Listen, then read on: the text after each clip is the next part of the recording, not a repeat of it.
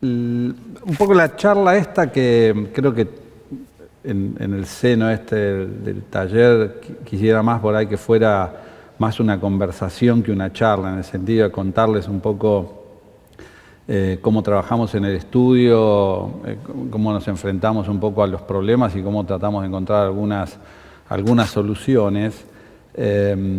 Cuando armamos el curso con Gerardo nos parecía que estas dos charlas eran parte un poco del debate que queríamos establecer como marco intelectual un poco de esta operación de transformación urbana, paisajística y arquitectónica, que era tomar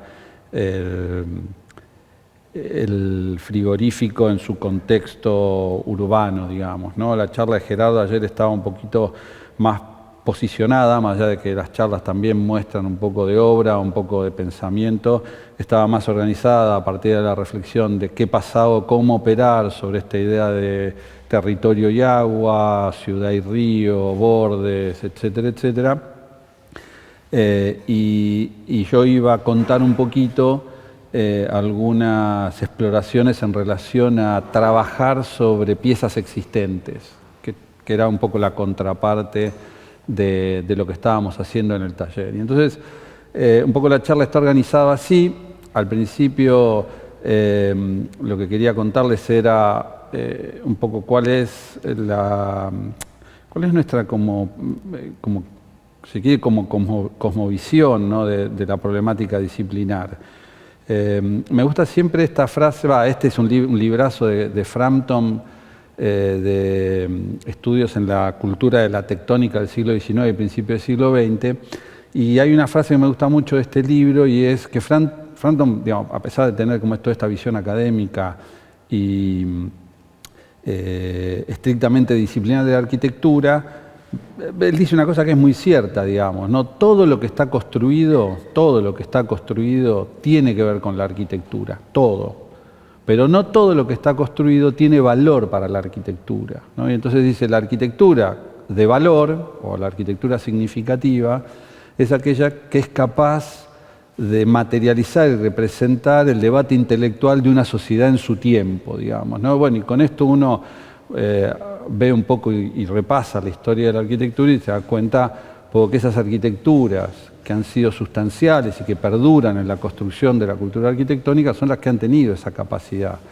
Y entonces la primera pregunta cuando nosotros armamos el estudio en el año 2000 fue, bueno, ¿y cuál es la condición de nuestro tiempo, ¿no? Si bien Enrique ya venía trabajando con el tema de la arquitectura y la ciudad, y la arquitectura como sistema, y la arquitectura como desde una mirada urbana, nos parece que la condición de hoy, del siglo XXI, es la arquitectura de la ciudad, la arquitectura y la ciudad, ¿no?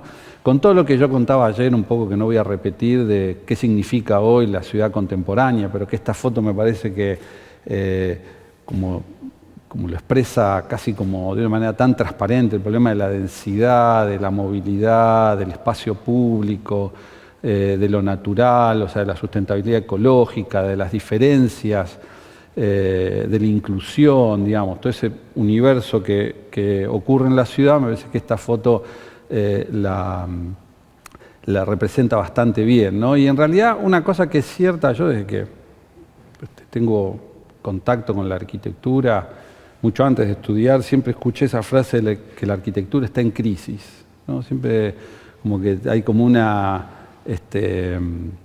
reflexión acerca de ese estado de crisis de la arquitectura, y es que como que los problemas cada vez son dramáticamente más veloces y nosotros no tenemos tiempo de reflexionar y accionar, y siempre venimos como atrás, y entonces eso nos genera como muchas incertidumbres, ¿no? A pesar de estar viviendo en un momento como de grandes incertidumbres. Algunas de esas las charlábamos ayer a la noche, ¿no? Que tenemos cada uno como ser humano.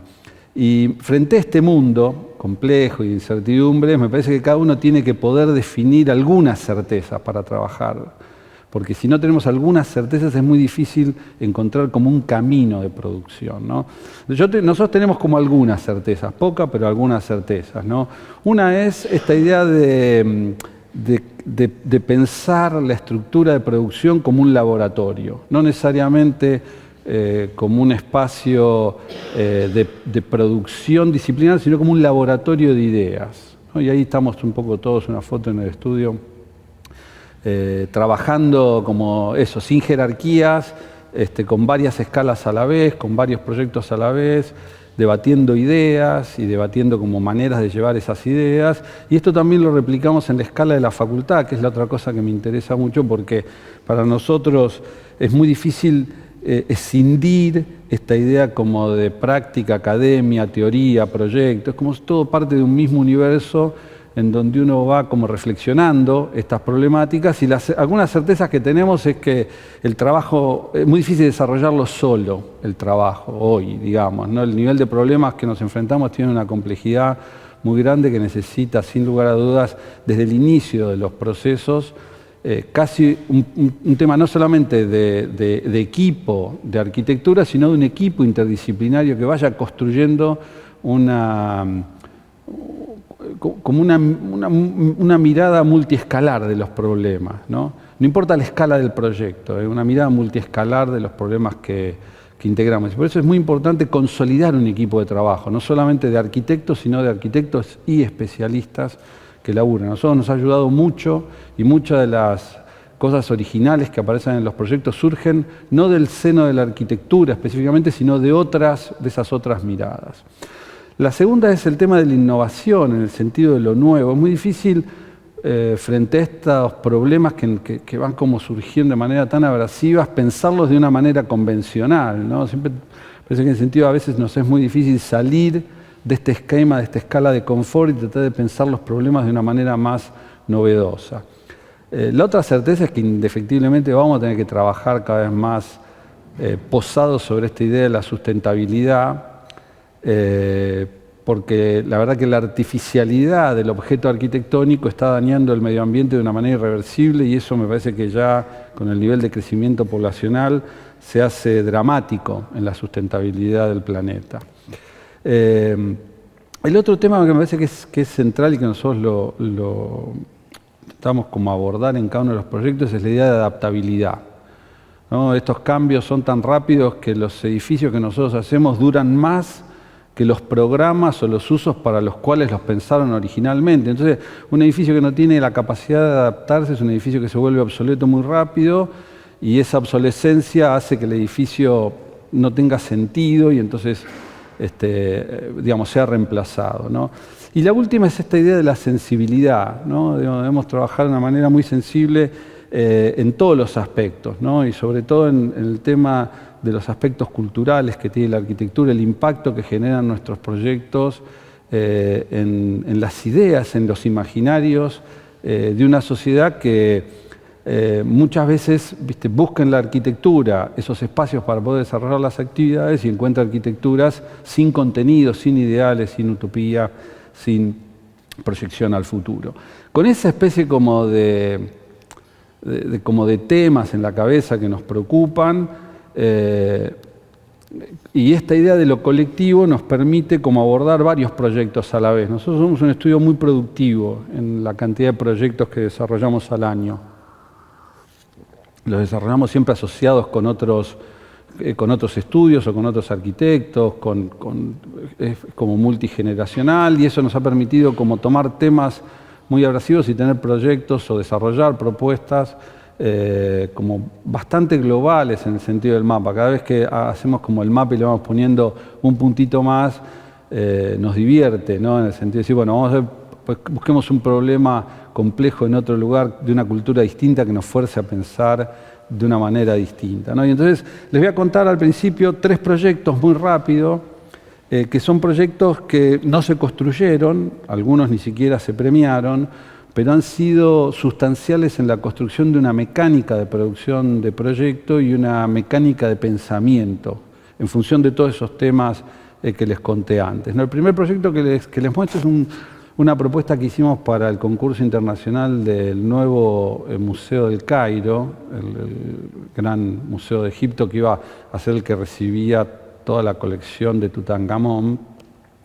Y el proyecto era extraordinario, ¿no? En el sentido de que nos posicionaba primero en un lugar como muy provocador, en esta especie como de articulación. Estaba justo el proyecto en la articulación entre la duna de Giza, donde están las pirámides, y toda esta especie como de pieza de parque inundable que generaba el Nilo, en esa pieza que tenía como casi conexión visual directa con las pirámides, ¿no? Y rápidamente, cuando uno tiene estas dos situaciones, nos imaginamos que el proyecto debía transformarse casi como en una especie como de pieza antropológica existente, ¿no? Casi como una cuña, como una tumba metida en la articulación entre estos dos paisajes, y que el paisaje de la duna se extendiera sobre el techo del edificio, transformándose en un parque de la duna,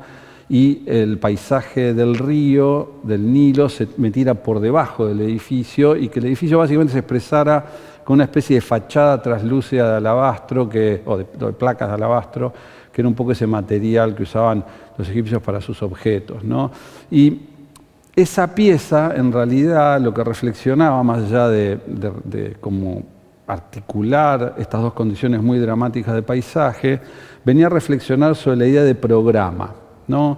La colección que se iba a exhibir era esta colección que iba desde joyas de pequeño tamaño hasta como piezas escultóricas de gran tamaño, y la arquitectura hasta este momento, ¿no? La arquitectura viene todavía con esta condición de la caja abstracta moderna, ¿no? O en realidad no de la caja abstracta moderna, sino de un gran espacio en donde es el observador el que tiene que ajustar la escala al objeto exhibido. Nosotros nos parecía que en realidad teníamos que cambiar esa situación, y que era que cada uno de los lugares de exhibición de estas piezas tuviera escalado a su escala original, digamos, ¿no? El objeto que estaba en una tumba, al espacio, a la escala y a la condición de la tumba, y el otro objeto a la escala del paisaje, y poder utilizar toda la tecnología existente para poder condicionar y armar esta escenografía teatral que significa hoy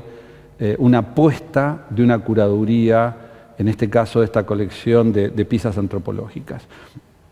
Nosotros somos especialistas, o nos hemos vuelto especialistas, en el diseño de teatros. Esas casualidades que te ha tocado desde Enrique, que diseñó el Teatro de Ópera de La Plata, y sucesivamente nos hemos vuelto como medio especialistas, y nos pareció que esto que queríamos hacer para el museo era lo más parecido a un escenario de un teatro en donde vos podías recrear una ópera, Aida, la Bohème, etcétera, etcétera, y poder, como con toda la parafernalia de mover el piso del escenario, mover el techo, construir escenografías y darle calor, temperatura, etcétera, etcétera, poder construir el museo como un escenario del teatro. Entonces ahí venían como algunos croquis iniciales. Era un proyecto, una convocatoria de ideas. Entonces el proyecto en realidad era bastante sencillo. Era una pieza de acceso, como tienen todos los museos, una pieza de articulación del parque que dividía un programa más público, que era un auditorio del lugar específico del museo, la parte de hall, acceso, gift shop y toda esa cuestión que tienen los museos, un área área técnica, el gran vacío donde se podían recrear estas cajas o estos escenarios para las distintas colecciones, y el área de apoyo, curaduría y depósito que tenía el museo atrás. Y hasta ahí venía un poco volviéndose cada vez más precisa el desarrollo de esta idea a el desarrollo de un posible anteproyecto, ¿no? Entonces, estos croquis venían a fundar un poco esta idea de la flexibilidad absoluta. El croquis empezaba a complejizar un poco más y empezaba a tener algunas definiciones sobre qué estructura debía tener, cuál era la estructura más grande que podíamos hacer con la menor cantidad de apoyos para tener una modulación de menor impacto de piezas verticales que le quitaran flexibilidad, cómo armar toda la parte tecnológica de esa plataforma de pistones y ese cielo raso de maquinaria escénica, ¿no? Y entonces apareció este corte en donde hay una estructura de 40 metros por 40 metros con una estructura de una estructura espacial en el techo que permitía a su vez tener la carga de la pieza, y ahí veían cómo en el corte el piso con unos pistones podía moverlo y recrear un poco todo ese recorrido, ¿no? Y ahí va el desarrollo de la lógica estructural de esas piezas cada 40 metros, con algunas imágenes de ese plano inclinado que articulaba lo público y lo privado, el valle y la duna, el plano técnico por arriba, con los catwalks casi, digamos, técnicos de teatro para poder rearmar la infraestructura, cómo iba pasando el paisaje de un lado al otro, ¿no? Y cómo finalmente el proyecto se expresaba, se visualizaba, ¿no? Yo creo que la idea estaba buenísima en esta idea de la adaptabilidad de los espacios. Nos parecía muy interesante esta cosa que cada director del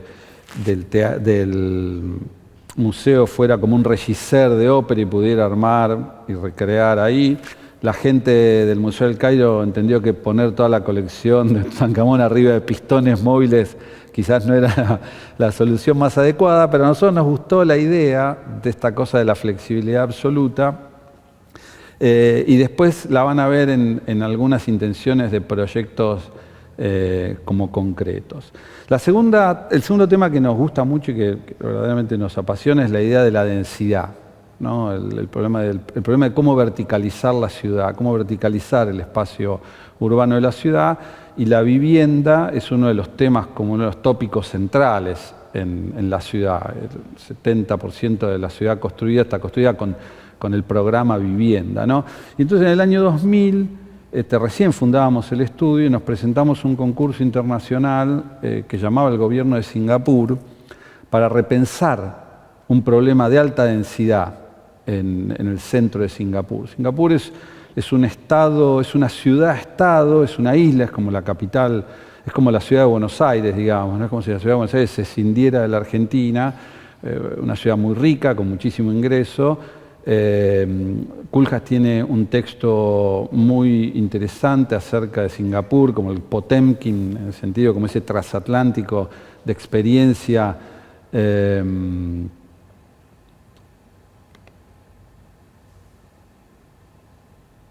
de la arquitectura, y esta es un poco la evolución que en 3 décadas había generado Singapur, casi como yendo detrás de la reflexión intelectual de lo que fue el problema de la arquitectura en la primera mitad del siglo XX, ¿no? Pasó de ser una pequeña aldea de pescadores a reemplazar parte de esa arquitectura por una arquitectura higienista, casi del movimiento moderno de las primeras décadas del siglo XX. Luego en la década del 70 apareció todo el tema de los sistemas, lo sistémico, la cuestión de las densidades, lo público. En la década del 80 se dieron cuenta que el haber borrado toda la historia arquitectónica de ese pueblo chino o asiático pescador le generaba una ausencia existencial de identidad, y a esos mismos bloques le pusieron los techitos pagoda arriba. Un poco la mímica de esto de la historia, que fue un poco el posmodernismo, y en la década de 90 vinieron esta idea de los grandes equipamientos o de las ciudades de grandes equipamientos y toda la problemática medioambiental. En ese marco de discusión, lo que venía a plantear el concurso, en particular, era analizar qué pasaba cuando esa escala doméstica de la relación hombre, vivienda, paisaje, se alteraba a través del apilamiento del espacio privado, que fue un poco lo que fue el desarrollo de la mayoría de las exploraciones del crecimiento de las ciudades verticales, ¿no? Se apiló el espacio privado y no apareció el espacio público en altura. Entonces el modelo resultante de ese apilamiento es una ciudad del mundo de lo privado. No es una foto de Hong Kong, pero podría haber sido de alguno de los suburbios de Singapur o de Yakarta, de cualquiera de estos lugares densamente poblados, donde lo que vemos ahí es como el modelo arquitectónico espacial va llevando un modelo social y un modelo de asociación o de aislamiento, ¿no? En función de que el único espacio de conectividad de toda esa gente sigue siendo el plano cero. Entonces nosotros pensamos que parte del problema no era solamente resolver el tema que planteaba el concurso, que era hacer 200.000 metros cuadrados de vivienda en 2 hectáreas, o sea, construir 20 veces el tamaño de la manzana, con calidad ambiental, con una serie de cantidad de unidades de vivienda, que eran, como si era, no sé, 1.200 unidades de vivienda, y nos parecía que el tema era encontrar la escala de lo colectivo, ¿no? Y entonces hicimos un par de estudios, de esquemas, y nos parecía que teníamos que, en vez de apilar unidades de departamento en el espacio, tenemos que apilar barrios en el espacio, comunidades en el espacio, ¿no? Entonces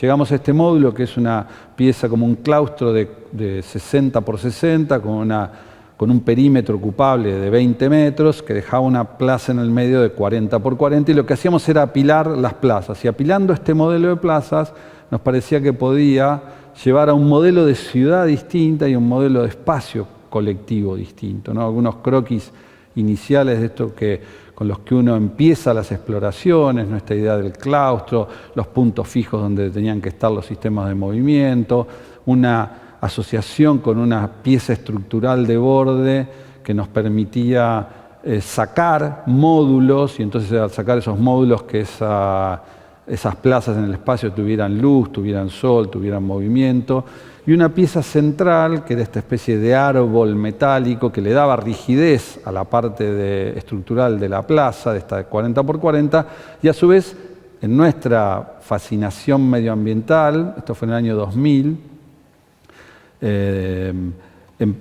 trabajaba un poco esa pieza como un efecto natural Venturi, sacando todos los gases tóxicos que producía esta mega estructura, y colectando el agua de lluvia, que es una zona muy tropical, y con esa agua como transformándola casi en un árbol de riego, ¿no? Todas estas eran las especulaciones iniciales, algunos dibujos. Durante el proceso encontramos esta foto que son unas casas comunitarias chinas del siglo XIV, se llaman Hakka Houses, y que tienen un poco el mismo espíritu de lo que nosotros queríamos, y nos pareció como un buen antecedente para poder retomar eso y desarrollar ya de manera un poquito más precisa los sistemas de estructura, los sistemas de las unidades de vivienda, el sistema tecnológico del edificio y el comportamiento medioambiental, ¿no? Y una cosa que nos gustaba era, el edificio tenía que ser todo en hormigón premoldeado, así lo exigía un poco porque era industria premoldeada pesada que tenía el Estado,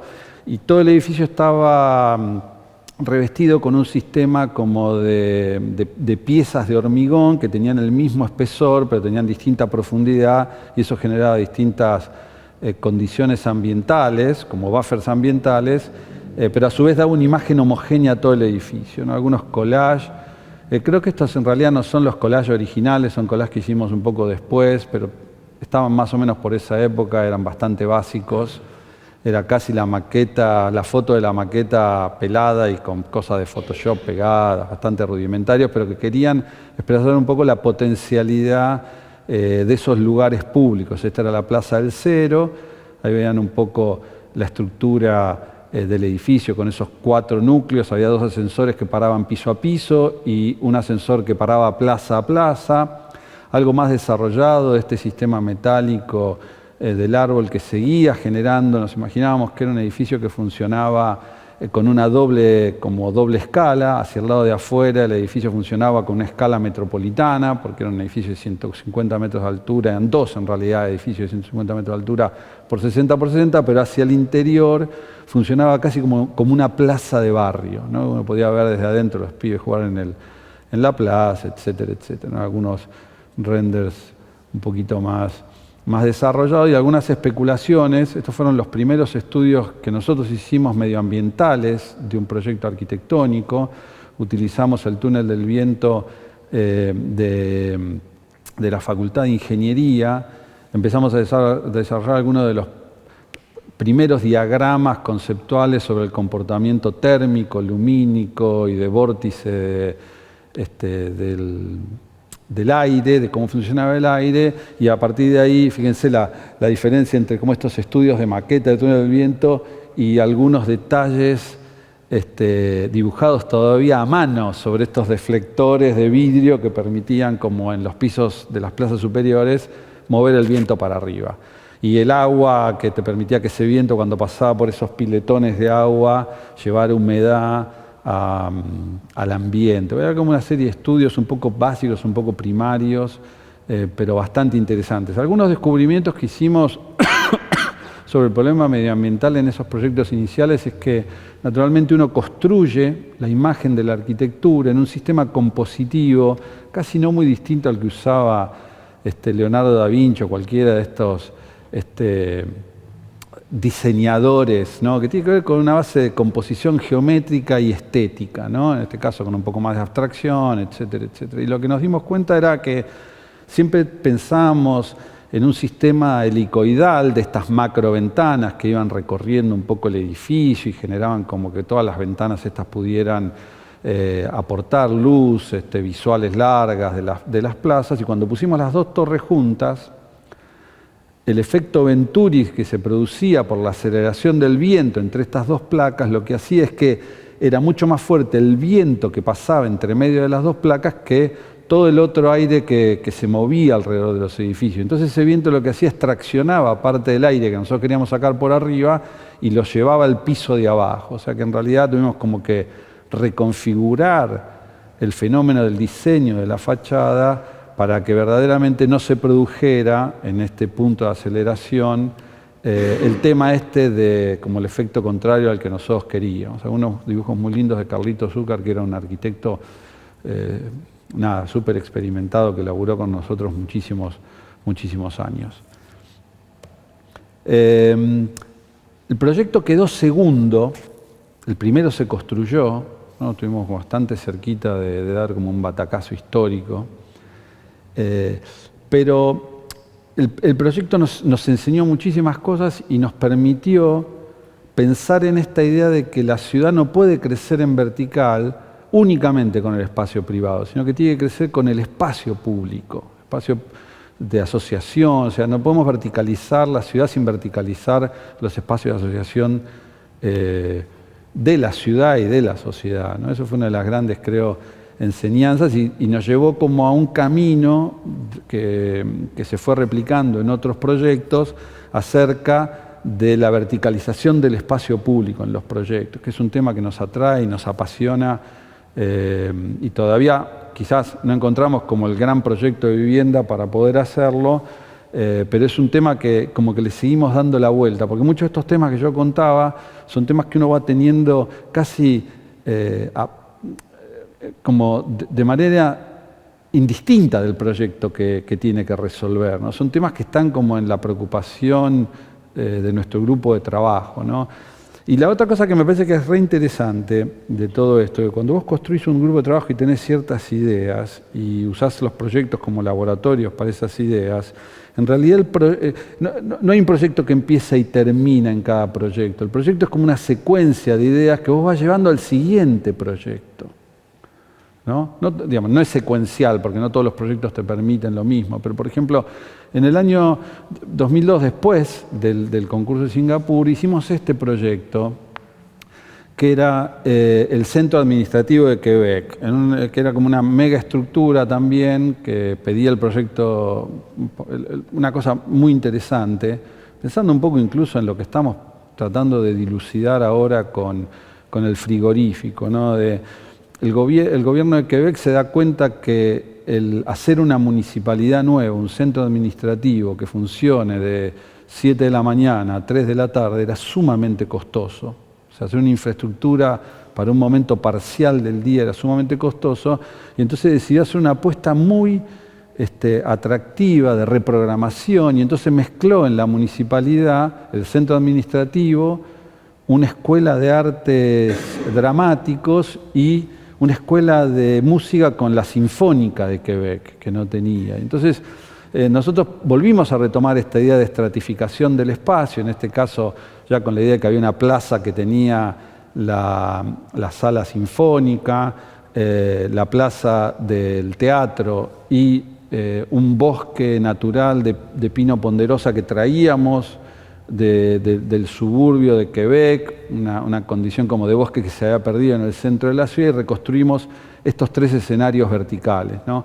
Y estos son unos dibujos extraordinarios de mi hermano Fede, hechos en lápiz, en pinturita roja, ¿no? En donde ahí ven la pieza esta, la transparencia de los 3 momentos, e indudablemente una secuencia de ideas en donde está el germen de los próximos proyectos, ¿no? Es un proyecto en donde esa sala que flotaba en el medio, que era como un huevo, no terminó de agarrarse bien del proyecto, la escala del proyecto, la idea esta del bosque de pinos en el medio, un poco de esa condición urbana de Quebec, nos parecía fascinante, pero el proyecto no estaba escalado, ¿viste? No tenía como la compacidad, la densidad, la escala, la pertinencia en cada una de sus cosas. Es un proyecto que pasó, pero fue el germen de varios proyectos que vinieron después. Y este es el otro proyecto que creo que para nosotros fue fundante en el estudio, que fue el proyecto que ganamos, pero que tampoco se construyó, para el Teatro del Fin del Mundo, que era un centro cultural en Ushuaia, que tiene estas como 4 condiciones marcadas de paisaje, ¿no? El canal de Beagle, que en esa pieza, esa banda del agua, la banda de la ciudad, como pieza abstracta y artificial en el sistema natural, el pedemonte de ese bosque de lenga autóctona y las montañas, el fin de los Andes, que es la única ciudad donde te queda la montaña, donde la ciudad está por delante de la montaña, o sea, hacia el oeste, digamos, ¿no? Y paralelamente con esto que decíamos de la sensibilidad, ¿no? De decir, bueno, a ver, ¿qué significa construir un centro cultural para una cultura que ya no existía, pero que estaba presente como en la idiosincrasia y en el inconsciente como de la tierra del fuego, que eran estas culturas Yeknan con todos sus disfraces, sus matices, sus deformaciones anatómicas a través de estos como envoltorios y toda esa actividad como cultural que tenían, que era, hay un libro de Vargas Llosa que se llama El Hablador y que cuenta un poco de esta mecánica de transmisión del conocimiento, de la cultura, en esta idea de la ronda alrededor del fuego, ¿no? El fuego y las piedras como piezas fundantes, y el fuego tenía esa lógica como mítica de lo que veían los barcos de los europeos cuando pasaban por el Estrecho de Magallanes, esas fogatas que hacían los indios. Y por otro lado está una cultura más contemporánea, que es la cultura del puerto, de esas piezas oxidadas de barco que están dando vuelta, y todo eso lo teníamos como en la cabeza como descubrimiento.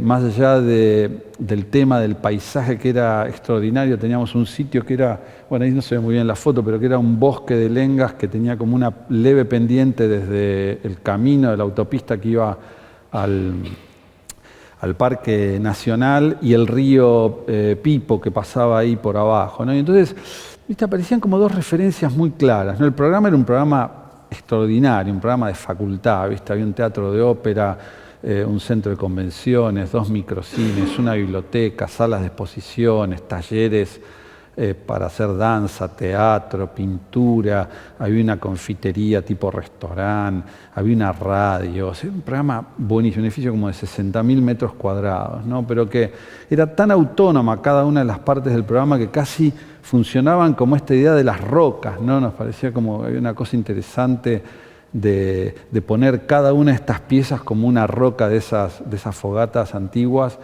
de los pueblos originarios, y tapar con una envolvente unificada casi como un casco de barco encallado, ¿no? Nos parecían como esas 2 figuras alegóricas muy atractivas. Y después como todo, hay un proyecto que empieza a tomar la geografía y entonces transforma esa pendiente natural en una pendiente modificada que permitía ingresarle los 2 puntos altos y bajos, aparece toda esa como cocusa, como pieza de revestimiento, casi como flotando y trabajando sobre el basamento del edificio.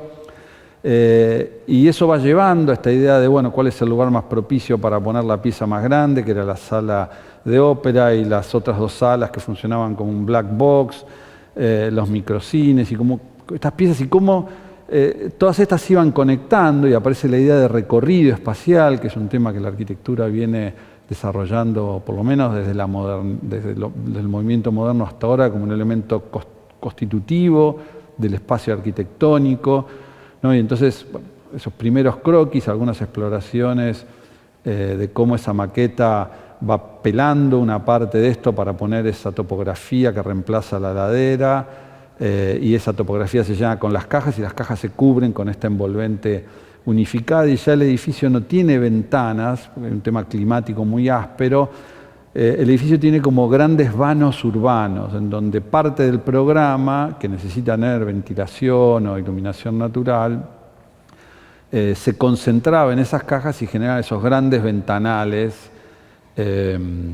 casi a la manera del edificio de Singapur, con otro programa y otra expresión, pero a la manera de que el edificio se expresaba únicamente a través de esas piezas. Y ahí ven un poco el proyecto, ¿no? Cómo parte de los programas permiten escalar la arquitectura de un lugar muy abierto, como es esa especie como de gran bosque, entrar apretado al edificio muy bajito a través de esa pendiente de los cines, entrar a ese gran lugar, tener la pendiente como un gran anfiteatro interior, la rampa que empieza a conectar cada una de las cosas y el recorrido que uno se imagina de ese edificio que tenía el basamento de hormigón, que se construía de una manera bastante más lenta, y luego todo un sistema metálico para cada una de las cajas que era recubierto con todos los elementos de aislación y esa cobertura de acero, de chapa de acero Corten que daba como esa textura de casco oxidado, ¿no? Y ahí vemos un poco cómo el edificio va utilizando cada uno de los elementos como un elemento constitutivo espacial, pero a su vez funcional, ¿no? Ese anfiteatro, esa pendiente recorre el edificio, un anfiteatro, vincula el acceso de los distintos niveles, una planta ahí que muestra el desarrollo ya en particular de estos edificios que, como decía Gerardo ayer en Parque Norte, los edificios muy grandes se transforman en una sumatoria de edificios que, si bien tienen una identidad compleja, requieren de resoluciones singulares, y entonces, bueno, cada uno de estos proyectos eran desarrollados por equipos distintos de proyectos, la rampa con la necesidad de tener como una baranda, pero la baranda que toma espesor y se transforma en área de exhibición puntual para esa colección de los pueblos originarios, y cada una de las piezas que después se resuelven y van encontrando la manera más efectiva de poner las distintas partes del programa que funcionen específicamente para su requerimiento, pero colectivamente para trabajar en ese conjunto, ¿no?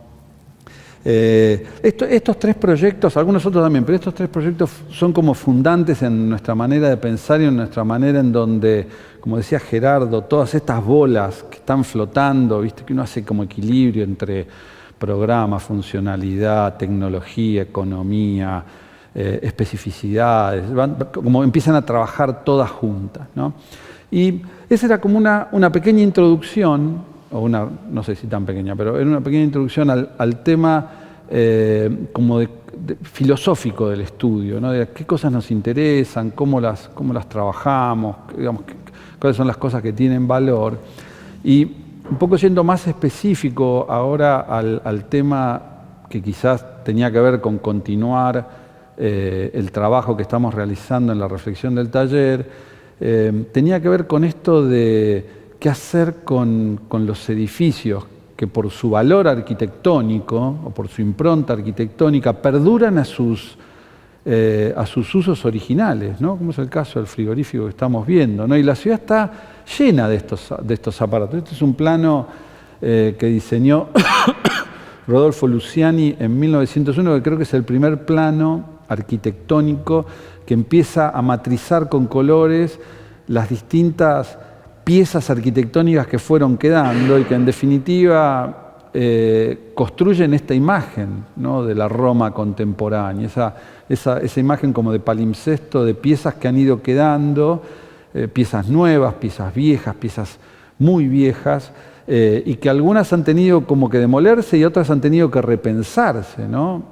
Y siempre nosotros tenemos algún cierto prejuicio de cómo operar sobre las piezas como de valor arquitectónico, ¿no? Me gustaba mucho este ejemplo de de Notre Dame, ¿no? Que parece una de las piezas como ni el Corbu se anima a tocarla en el plan Boissem, ¿viste? Tiraba todo hasta Notre Dame, ¿no? Tiraba todo el barrio latino hasta Notre Dame, que es una pieza como icónica de esta arquitectura gótica francesa, aparte de ser la catedral, pero en un momento se incendió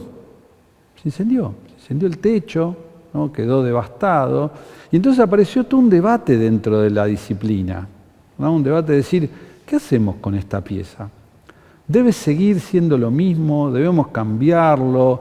¿Qué cosas pueden pasar? ¿Qué cosas necesita la ciudad en el centro de París? Y entonces aparecieron un montón de expresiones, ¿no? Muy dramáticas, algunas como muy divertidas, algunas disparatadas, pero que tienen que ver con eso, ¿no? De que nosotros repensamos sistemáticamente la arquitectura y la ciudad, ¿no? Aparecía esta especie como de neogótico, tecnológico, para aportarle una nueva pieza que empezara como a competir o a generar como la misma impronta que generaba la Torre Eiffel de reconocimiento geográfico. Aparecía esta otra que a mí me encantaba, que era esta especie de piletas públicas en el techo de Notre Dame. Esta otra que era como transformar todo el techo en un gran vitró, ¿no? Pero siempre fíjense que había temas como recurrentes. Este era un tema bastante práctico porque es un quilombo el auto y entonces meter un estacionamiento en el techo iba a resolver muchísimas cosas. Esta era un poco más festiva, ¿no? Meter un circo, como desacralizar el tema de la iglesia como tal. Y esta creo que es la más global de todas, ¿no? Pero más allá de esto, me parece que hay como una cosa muy, muy interesante y que nosotros no le estamos dando como una mirada muy inteligente al problema que yo lo veía en la reflexión del pabellón holandés para la Bienal de Venecia del 2010, que se llamaba Vacant, ¿no? Vacante o vacancia, y cuando vos entrabas, el pabellón lo único que veías era un cielo raso, hecho con piezas de plexi, ¿no? Decía bastante raro, todo el pabellón vacío, ni una imagen, ni un letrero, nada, simplemente una escalera que te hacía subir a mirar el cielo raso de arriba, y el cielo raso en realidad era una maqueta compuesta por todos los edificios que en Holanda estaban vacantes, o sea, que no tenían función, que estaban vacíos, ¿no?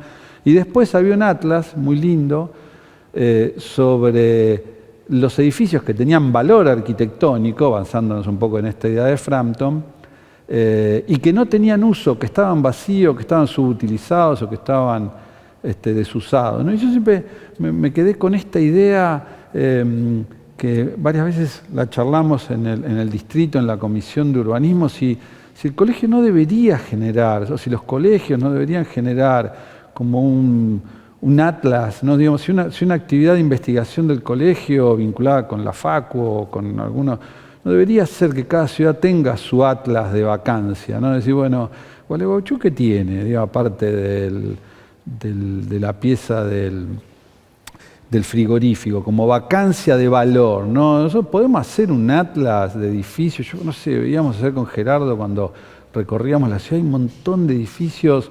Está la cárcel, hay un montón de edificios que tienen como un valor simbólico que está en la cultura de la ciudad y de la sociedad de Gualeguaychú, pero no está como sistematizado como un documento que alguien puede decir, bueno, este es este edificio, hacemos una exposición acá, un día hacemos todas las maquetas, colgamos los paneles, invitamos a la gente de la MUN, invitamos a los actores de la cosa para decir, mira, este es un valor patrimonial de arquitectura que está construida y está vacía. No importa si es pública, si es privada, y que tiene un potencial de reuso. Eso me parece que tenía como movilizador el tema del pabellón de vacancia holandés, ¿no? Y siempre me gusta cuando hablamos como o de restauro o de reciclaje, ¿no? Pensar un poco en esta frase que decía Viollet-le-Duc, que es imposible a un edificio como llevarlo al estado original. Eso es verdaderamente idiota, digamos, con un nivel de energía de algo que no va a pasar, ¿no? Entonces decía como, Leduc dice que como restaurar o reciclar un edificio tiene que ver como llevar este edificio a un estado completamente nuevo, y que a pesar de ser un edificio existente, ese edificio nuevo no hubiera existido antes, digamos, en esta condición como de de transformación. Y eso un poco lo tomamos como, nosotros nos ha tocado operar sobre varios edificios existentes y nos parece que hay algo como en esa idea de transformar lo viejo en algo completamente nuevo, es un driver, así es como un motor de transformación como muy potente, ¿no? Les muestro tres proyectos como muy rapidito para que vean cómo todas estas cosas, lo anterior que conté y esta visión particular nos permitió hacer estas operaciones. Este es un proyecto muy chiquito en Puerto Rico, en San Juan de Puerto Rico. San Juan de Puerto Rico tiene como dos partes, una parte que es esta, que es la parte como patrimonio de la humanidad, esa primer asentamiento colonial del descubrimiento de América, y que tiene como esa construcción de calles chiquitas, apretadas, de colores, bueno, muy atractiva. Y por otro lado tiene la otra parte de la isla, ¿no?, que es un poco más asociada a la lógica del espacio urbano americano, de estas piezas sueltas, como sin mucha conexión, donde el auto ha tomado un protagonismo sustancial, donde se ha erosionado la escala del peatón, etcétera, etcétera. Y el Colegio de Arquitectos de Puerto Rico tenía un lote en una zona intermedia entre los dos, donde hay presencia de parte de esa arquitectura de valor patrimonial y parte de esa arquitectura contemporánea, ¿no? Casi te diría como moderna. Y ahí en el medio el colegio tenía una casa que estaba catalogada en el vademecum del patrimonio de San Juan de Puerto Rico como arquitectura pintoresquista tropical. Vaya a saber lo que esas definiciones quieren decir, pero la casa estaba muy linda. La casa tenía todos los elementos del tropicalismo en el sentido medioambiental, una casa que estaba levantada sobre el nivel de piso para generar esa especie de colchón de aire fresco que permitía que no se calentara el piso de la casa, con galerías, con mucha mampostería, con pocos aventanamientos, con control solar y con ese techo que también generaba como esa nube como de absorción entre un sol muy abrasivo, un calor tremendamente húmedo y un volumen de lluvia muy importante. Y una casa que tenía un sistema de espacios públicos que estaba dado por el acceso, por la galería, por este patio de compluvium, pero que no tenía en su espacialidad los tamaños de espacio que hoy requería el colegio para funcionar, ¿no? Y entonces el colegio tenía en la parte de atrás un remanente del lote, y por supuesto, nada, nosotros sabemos lo que los colegios necesitan hoy, necesitan un área social para hacer seminarios, congresos, muestras, exposiciones, necesitan áreas para trabajar en jornadas, salas de reuniones de distintos tamaños, necesitan una biblioteca y luego necesitan un área administrativa para lidiar con todo lo que significa la gestión del proyecto arquitectónico, desde los visados, las consultas, etcétera, etcétera, ¿no? Y agregarle a Puerto Rico una norma que tiene, que es bastante sensata, que es que vos tengas que tener una cierta cantidad de estacionamiento dentro de tu predio para no llevar ese conflicto al espacio urbano, ¿no? A la vereda, a la calle, bueno, etcétera, etcétera. Entonces, todo eso sumado en metros cuadrados, en esas proporciones de terreno, daba un edificio de 5 pisos. Como si uno ponía el auditorio, la sala de reuniones, la biblioteca, las oficinas, el estacionamiento, etcétera, etcétera.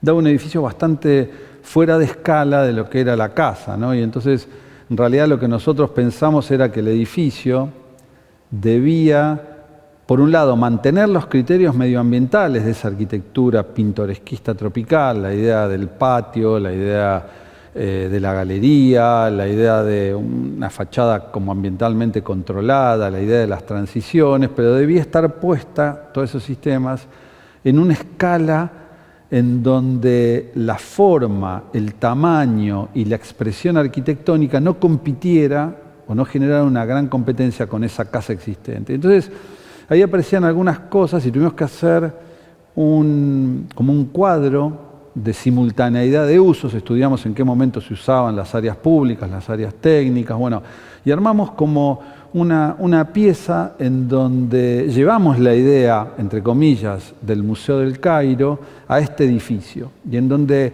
había momentos donde con algunos dispositivos bastante sencillos tecnológicos, que eran paneles móviles, vos podías tener 3 o 4 usos simultáneos, o 3 o 4 usos que podía el mismo espacio desarrollar en distintos horarios. Y lo mismo, transformábamos el patio de la parte de arriba de las oficinas en biblioteca, y entonces, bueno, redujimos el edificio a un edificio de planta baja y un piso. ¿No? Ese era el primer esquema en 2, después lo llevamos casi a una caja equivalente a la caja de la casa, digamos, ¿no?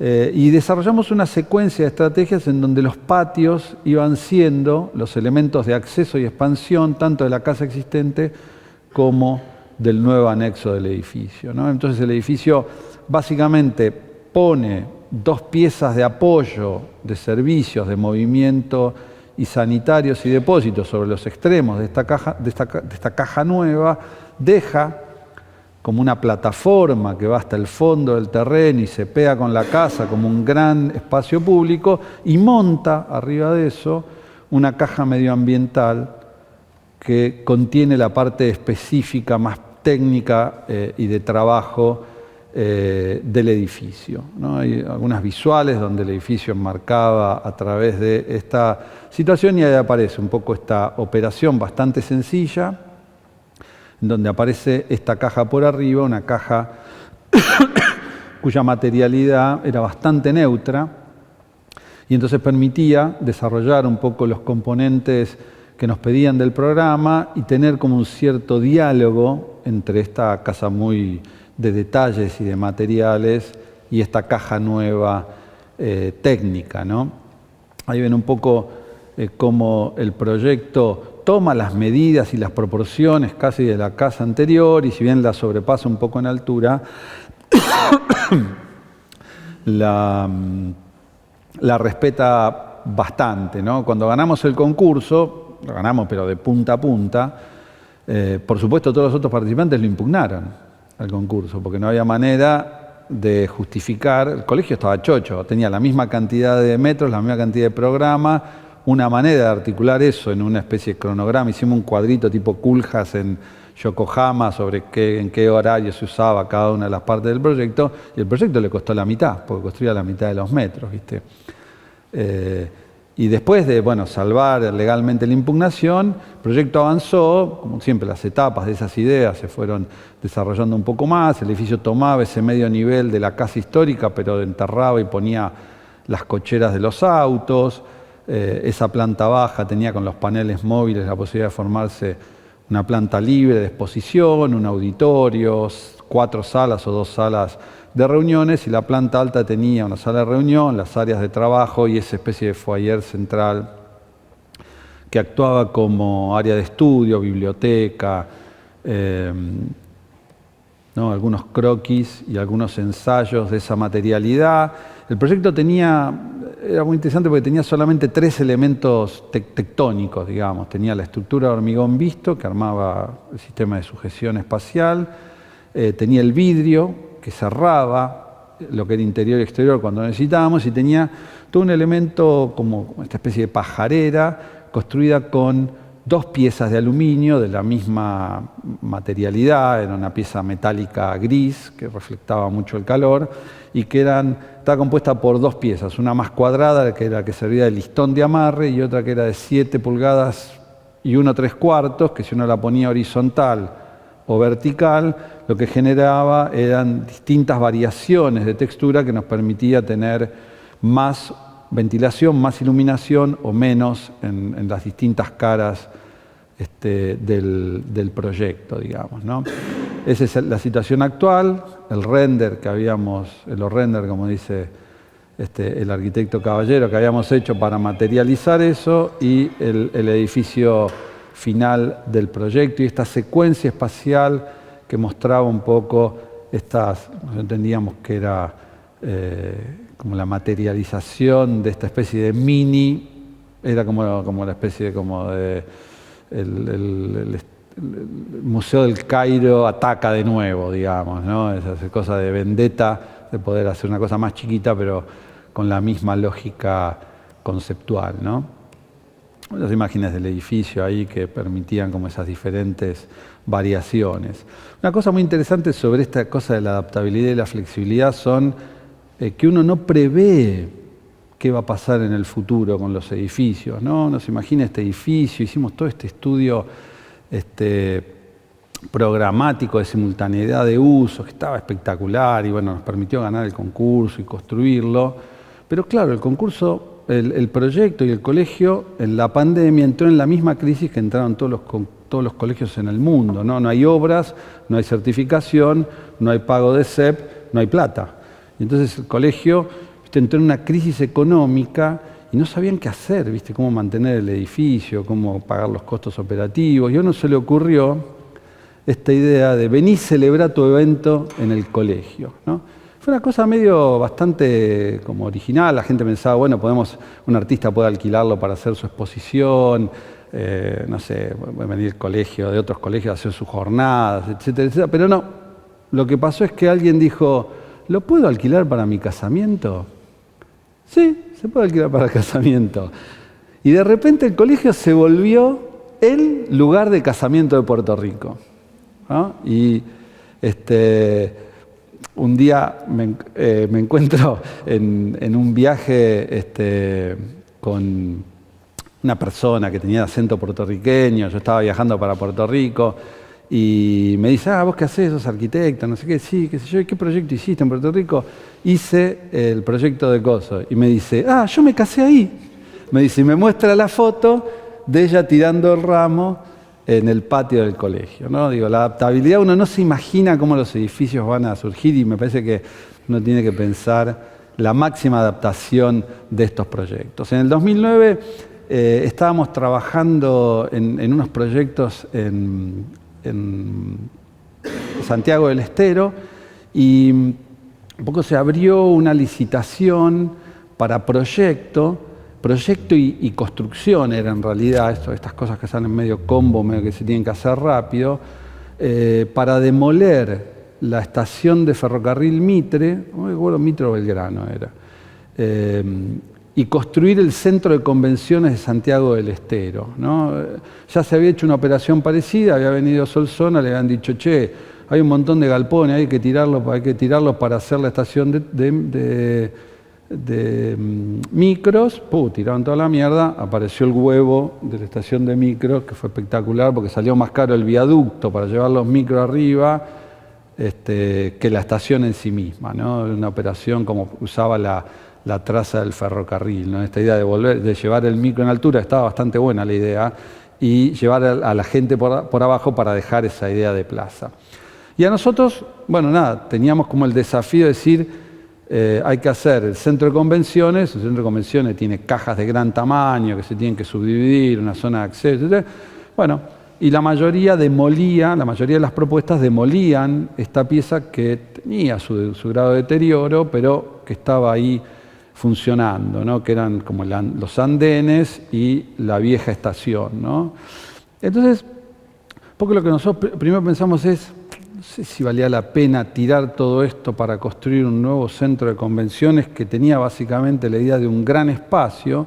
Capaz que lo que teníamos que hacer era desarmar el gran espacio del tren y calzar, digamos, mantener la parte como más histórica, que era la estación donde vos comprabas el boleto, entrabas y había una fachada medio de arquería del otro lado, y ponerle ahí adentro una caja súper tecnológica que pudiera hacer esta subdivisión de la pieza como un gran lugar de exposición o como pequeñas salas de actividades con unas piezas de borde que le dieran un poco de apoyo técnico y unos patios para que pudieran como entrar y hacer carga y descarga de cada una de esas áreas, que es como funcionan un poco los centros de convenciones ahora, ¿no?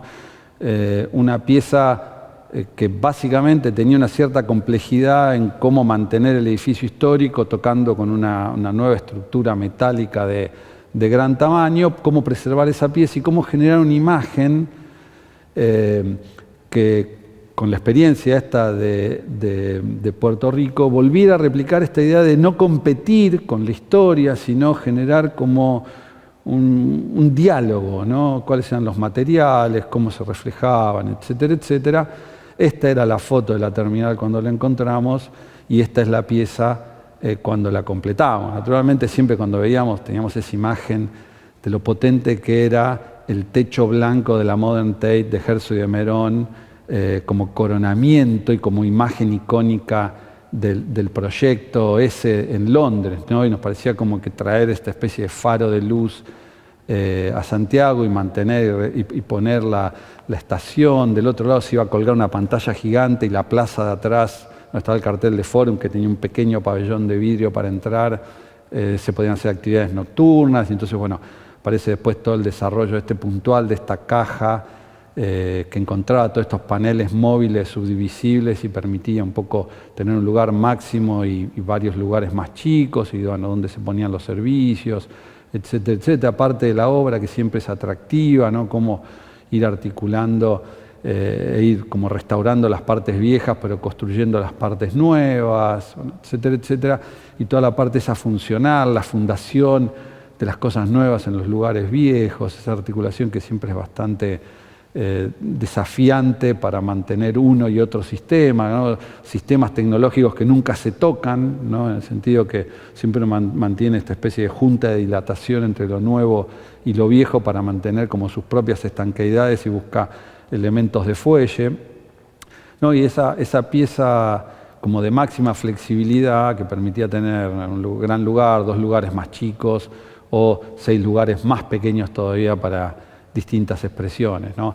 Por un lado, toda esa imagen de la pieza esa de vidrio, y después, bueno, claro, nada, uno larga el proyecto y lo toma quien lo opera, ¿no? Y entonces, bueno, pasar de esa pieza blanca a esta pieza que parecía el Circo Tiani, ¿no? Y el uso indescriptible de la valoración de colores, quizás no es lo que a uno más lo divierte, pero finalmente es lo que ocurre en estos lugares, ¿no? Pusieron esa mega pantalla ahí y pasaban todos los partidos de Argentina, no sé, se llenaba la plaza, eso estaba buenísimo. Ponían la cosa de la bandera argentina, viste que la creatividad argentina no tiene límite en el uso del color LED. Pero la pieza, viste, vino como a reconvertir un espacio completamente en desuso a un espacio bastante vibrante y operativo de la ciudad, ¿no? Y lo cuento como muy rápido, porque ya lo vieron que lo contó Dani en particular, pero me parece que cada tanto hay algunos proyectos que nos permiten como unificar y verificar algunas exploraciones teóricas que uno va desarrollando como a lo largo del camino, y para nosotros el CCK fue eso, ¿no? Fue por un lado la posibilidad de pensar una escala urbana de espacio público y de integración que finalmente nosotros pensamos como enterrar el sistema de pares de avenida originalmente, Huergo Madero, y que todo ese espacio fuera un gran espacio cívico dominado por el peatón, por lo público, generar ese traspaso peatonal casi continuo. No se animaron a hacer, pero yo creo que el proyecto tenía acá el germen de la idea que luego vino a ser el concurso del Paseo del Bajo, ¿no? que gana Dani con un proyecto extraordinario, ¿no? Y que era sacar el auto de acá y transformar todo esto en un espacio cívico, ¿no? De escala un poco de esta pieza. Nosotros también los desalojábamos a los militares de los edificios del otro lado y generábamos como una tensión ahí de grandes edificios de espacio público tipo el Mall de Washington, ¿no? Y dentro de eso había como estas 2 piezas, ¿no? En el master plan que nosotros proponíamos, la pieza de la aduana de Taylor y la pieza del correo, ¿no? La pieza de la aduana de Taylor no estaba en juego en su momento, vino a aparecer después, y la aduana de Taylor el espacio tiene la sumatoria de esa idea de palimpsesto, ¿no? Está en rojo, bueno, se ve medio de cosa, pero está todavía la presencia del fuerte fundacional, después está toda la evolución de la Casa Rosada, está la aduana de Taylor, de todas esas partes quedan pedacitos en ese vacío del patio de maniobras, y había que tomar una decisión como muy sencilla de cómo con un solo elemento resolver la mayor cantidad de problemas, ¿no? Y se nos ocurrió esta idea de un techo techo único que se alaviaba cuando terminaba la Casa Rosada y entonces no cortaba visualmente, no impactaba, no competía con la casa. Digamos, ese techo se elevaba y daba el acceso sobre el remate de la calle Irigoyen, y el plano de vidrio impedía, digamos, o permitía que uno viera la forma y la proporción de ese patio de maniobras como una pieza abierta, pero cubierta con vidrio, y a su vez desde el museo permitía que uno viera la Casa Rosada. Entonces, en realidad, el proyecto era como un techo de algo que seguía transparente, ¿no? Que es un poco la idea de poder resolver con un solo elemento, que era una viga metálica que después iba levantándose con unas pequeñas columnitas, y ese mismo techo metálico resolvía todos los problemas, no solamente los espaciales, sino también los tecnológicos, ¿no? O sea que esa pieza que cubría tenía los rociadores de incendio, la iluminación, parte de retomar el aire acondicionado que era inyectado por unas toberas.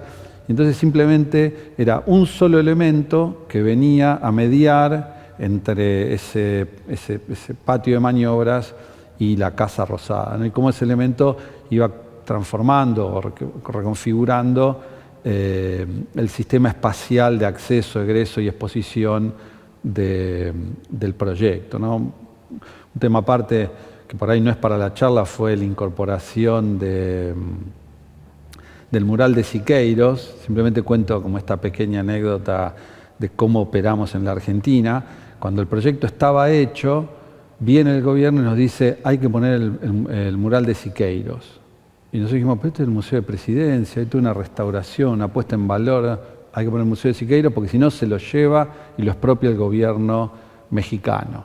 Y entonces hubo que hacer una pieza del Museo de Siqueiros. El Museo de Siqueiros lo recicló la Universidad de San Martín con la UTN. La UTN nos trae el proyecto de la caja, y esto después se edita lo del video, y nos había traído un mini cabildo. O sea, habían hecho, la UTN se le había ocurrido que podía ser un mini cabildo que jugara con las arquerías de la aduana de Taylor, todo hecho en mampostería, y adentro de eso uno se metía y estaba el mural de Siqueiros, ¿no? Entonces dijimos nosotros, no, es un disparate, queda feísimo, qué sé yo, y diseñamos esta caja transparente donde uno podía ver la estructura de contención del mural, que es espectacular, y a su vez era un elemento en sí mismo de exposición del mural de Siqueiros. ¿Sí? Hicimos millones de variaciones sobre qué ponerle, cómo revestir ese vidrio, digamos, qué información ponerle para que...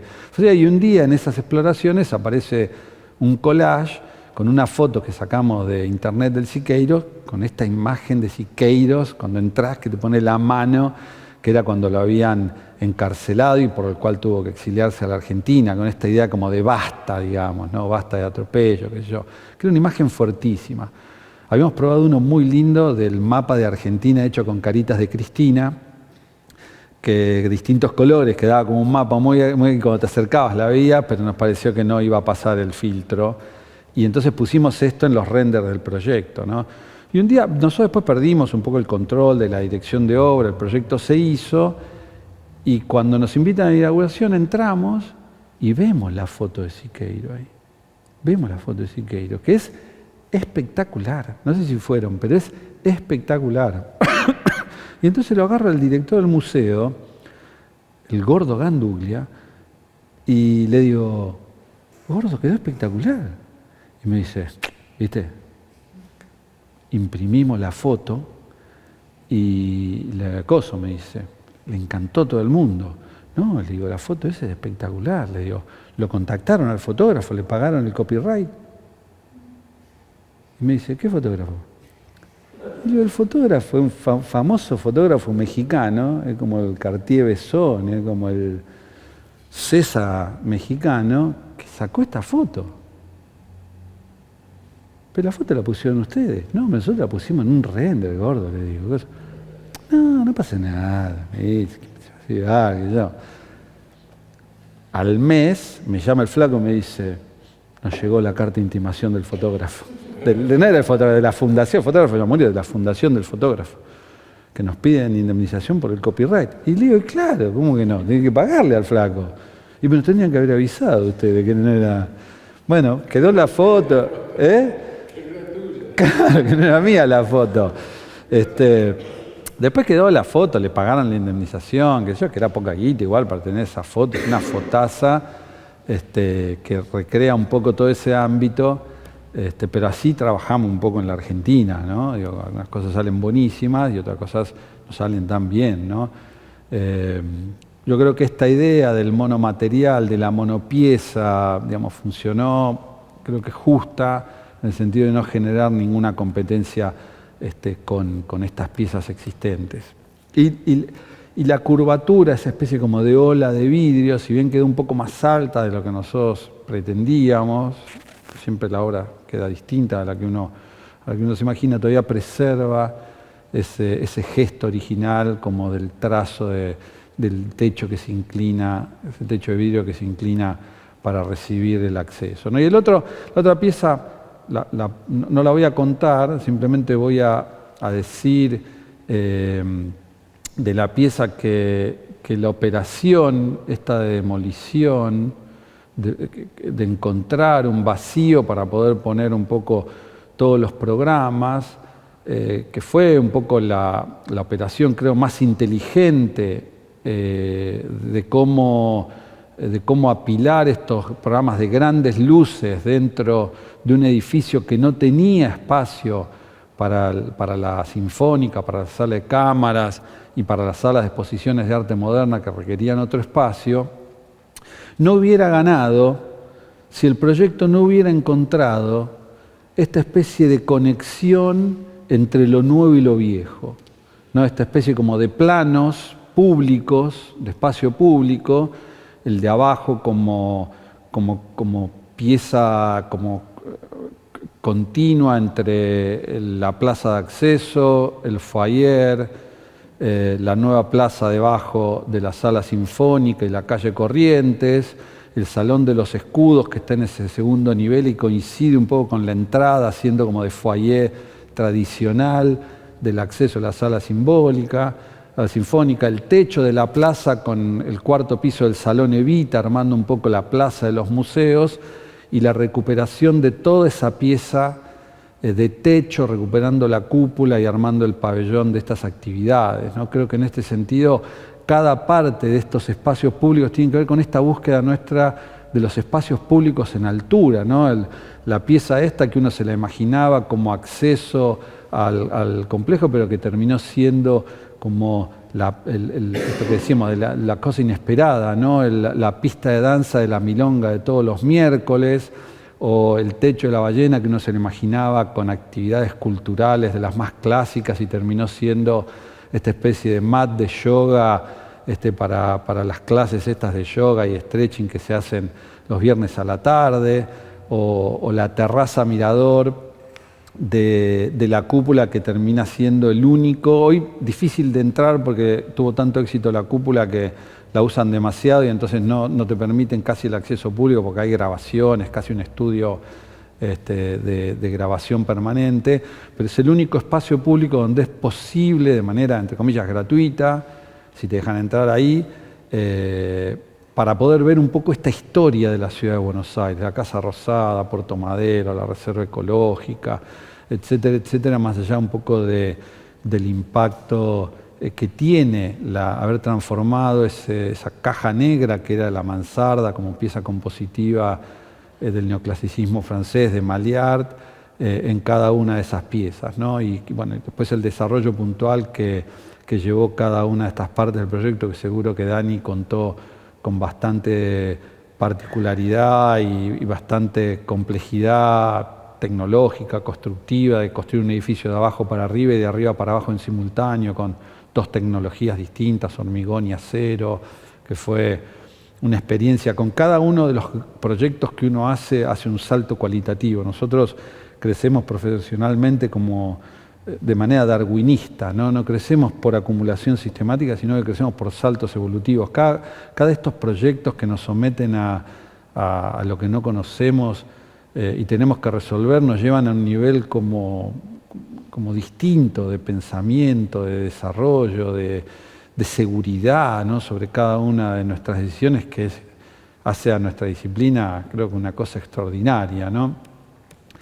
Y me parece que más allá de los proyectos, que alguno puede gustarte más, menos, estar de acuerdo o no estar de acuerdo, o tener otras valoraciones, me parece que a lo que a mí más me interesa,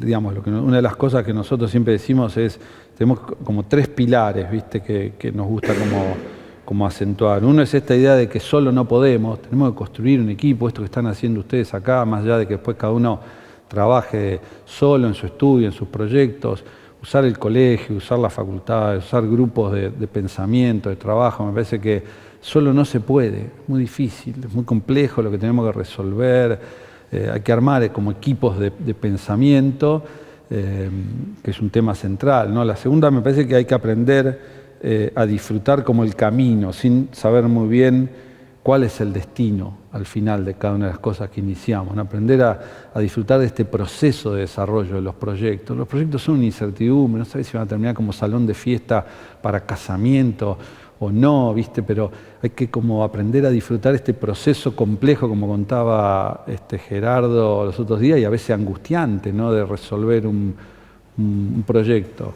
Y la tercera es que creo que si no estuviéramos apasionados por lo que hacemos, más allá de que yo contaba ayer que llego a la arquitectura medio de rebote, medio de manera muy aleatoria, si uno no se apasiona por lo que hace, primero no estaríamos un viernes a la noche acá, más allá de que estamos porque el santo no abrió, como es todavía, pero el ángel.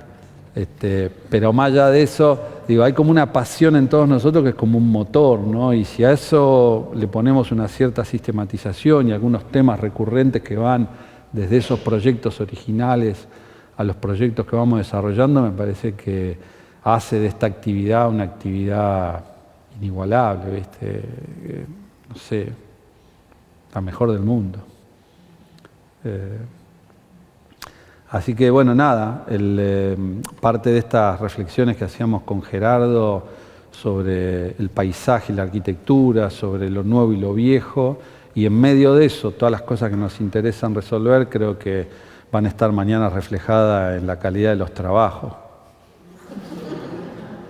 Esto que quede bien grabado, y en la profundidad de las presentaciones. Así que los invitamos a todos los que quieran venir mañana a ver el cierre de este evento, ¿no?